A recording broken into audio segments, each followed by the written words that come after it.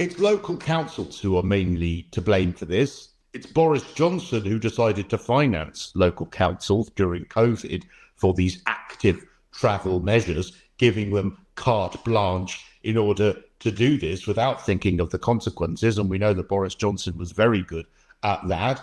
It is the repellent and horrific opportunist Sadiq Khan, the mayor of London, whose cabal of cycling buddies, many of whom are on over £100,000 a year at Transport for London, all advocate for these sorts of schemes. Why?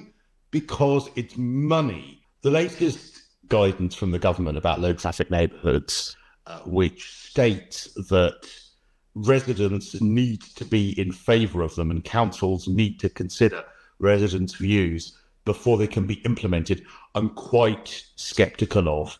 I have to be honest. A lot of councils fiddle the data. They fiddle the data when it comes to the boundary roads, which is where the traffic is displaced to, those main roads where, of course, people live, people work, there are schools, and these main roads that take the brunt of the traffic from these closed side roads. If the boundary traffic increases there, then supposedly, and there is a major increase on that stops public transport getting through, then supposedly councils are supposed to reconsider them.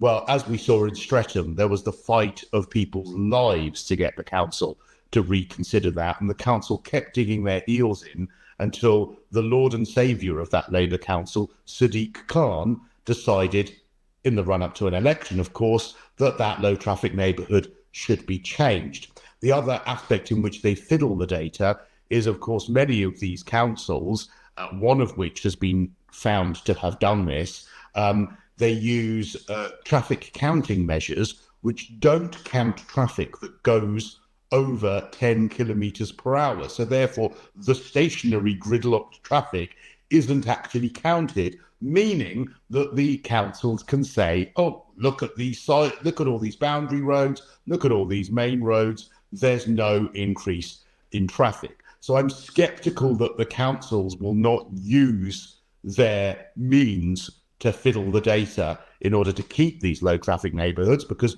why would they want to get rid of this massive cash cow and these millions they're making in fines? Councils have also been advised that they need to make sure that residents' views are taken into account. Well, local councils, my local council, for instance, spent nearly £40,000 on one consultation alone. In that consultation for the low traffic neighbourhood, at no point in the consultation did they actually ask, do you want the low traffic neighbourhood or not? They were all ridiculous, woolly questions about what would make you cycle more. Do you want cleaner air? Which, of course, everyone's going to answer yes. You could only actually write in a text box, get rid of the low traffic neighbourhood. So many of these consultations, at the cost of thousands, are deliberately manipulated in their questions to make it difficult for people to object. Even so, overwhelmingly, residents were against the low traffic neighbourhoods coming in, and still the council pressed ahead with them. So I don't think that this review is robust enough to stop some of these councils, which are acting in a way that you could say is bordering on corruption in implementing or keeping these schemes.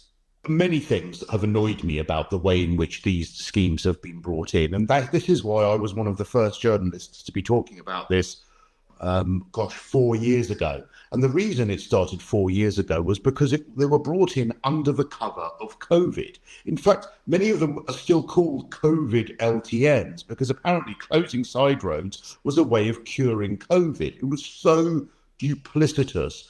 And it's the injustice of it that I find so infuriating, and the opportunism. Imagine being a council, imagine being Transport for London, and during a worldwide pandemic where thousands of people were dying, thinking, well, all the streets are empty, all the roads are empty, what a great opportunity to bring in a scheme that no one wants. That is just the most horrific way of thinking. So that was one part of the injustice of all of it, and the way in which it was brought in and the use of COVID to do so. Many measures around that are still in place. We also saw pavements being extended and road space being taken as a temporary measure during COVID. All of these schemes were sold as temporary, when in actual fact, we all knew as soon as COVID was over, these schemes would be staying. But there's a wider point about the injustice of these schemes, because the very way in which these low traffic neighbourhood schemes work are a contradiction to the outcome that campaigners for them claim that they want. And I'll explain how. Low traffic neighbourhoods are the side roads that are all closed in the pursuit of making it easier for people to walk and cycle, and in order to use something called almost nudge theory. It's called modal shift. You change your mode of transport because it becomes more difficult to drive. The way in which you make it more difficult to drive is that you make people's journey times longer. So therefore, if it took you 5 minutes to drive your children to school, or 10 or 15 minutes to drive your children to school before, by closing all the side roads and displacing all the traffic onto main roads, it will take 30 minutes instead. Therefore, you might reconsider the way in which you drive your children to school. Now, on paper, you understand that theory, but those people who are campaigning in favour of them are not only simultaneously campaigning for those roads to be busier to make people change their way of travelling, they're also claiming that those boundary roads, the traffic is reducing. Well, you can't have it both ways. You can't say, well, the traffic is reducing massively on these boundary roads, so therefore these low traffic neighbourhoods work. But by the way, we also want that traffic to increase on those boundary roads, because otherwise people won't change their behaviour. So it's completely contradictory. It was brought in under duplicitous circumstances.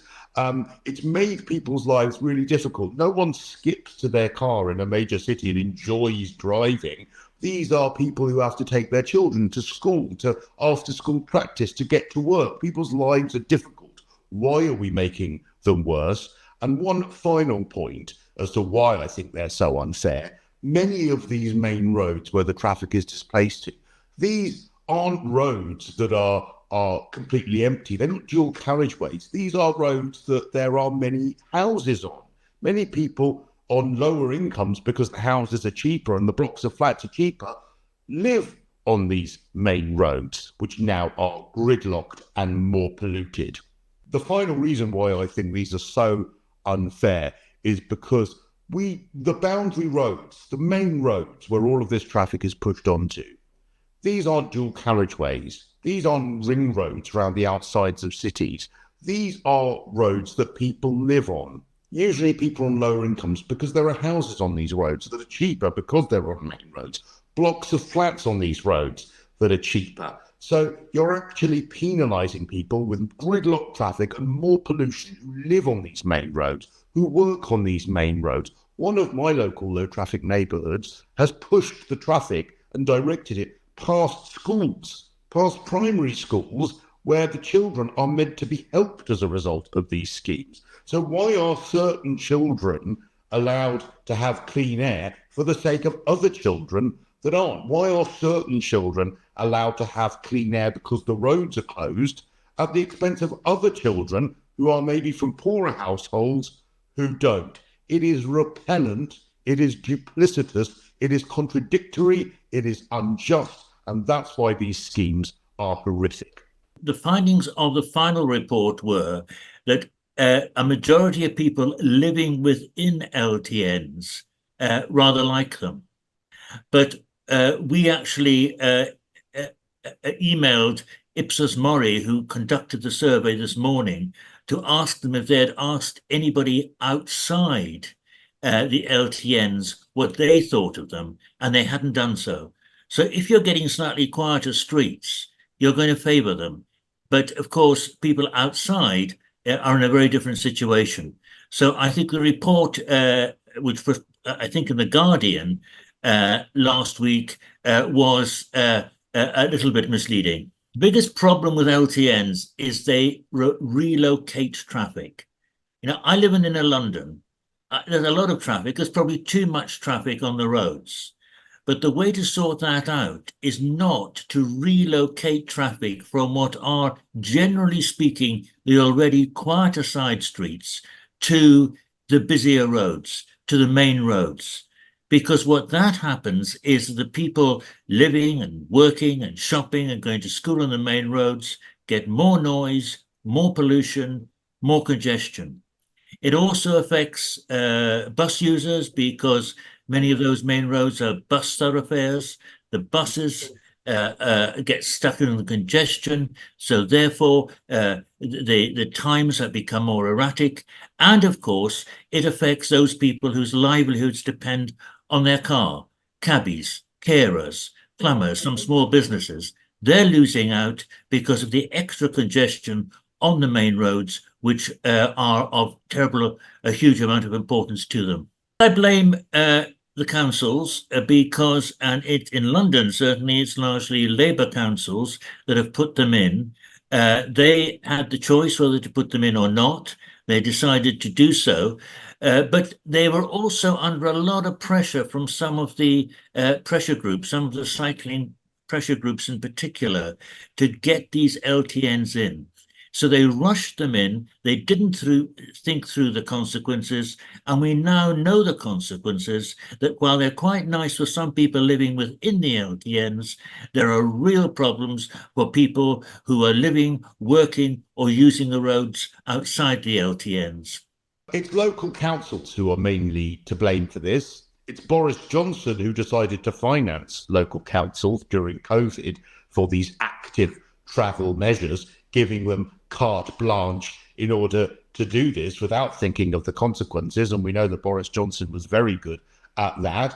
It is the repellent and horrific opportunist Sadiq Khan, the mayor of London, whose cabal of cycling buddies, many of whom are on over £100,000 a year at Transport for London, all advocate for these sorts of schemes. Why? Because it's money. Because they like getting the fines, they like using the opportunity around this to get as much cash as possible, and only when, of course, it is the election coming up do they decide to intervene and make people's lives a little bit easier. And if you want to know why Sadiq Khan is in favour of all of these things, just look at the ultra-low emission zone as well. Again, another scheme where in central London it worked. I've got to give him credit for that. But then he extended it to outer London, where the infrastructure wasn't in place, where the transport wasn't in place to make people's lives easier. But just like with low traffic neighbourhoods, he saw pound signs in his eyes and decided that actually penalising the poorest motorists, just like the poorest residents on boundary roads are penalised, this is the way to make money. And that is why it is so repugnant. Look, it's a good thing that we all consider using our motor vehicles a bit less. Who doesn't want cleaner air? Who doesn't want to be able to walk or cycle? But if you're going to bring in a scheme that encourages that, you have to bring everyone along with you. You cannot have schemes like this that divide neighbourhoods. You cannot have schemes like this that give clean air and quiet roads to one set of people at the expense of other people. You have to take everyone along with you. And so it's schemes like that that should be considered, rather than schemes like this, which are unfair and unjust and only benefit certain people, usually the middle classes in society.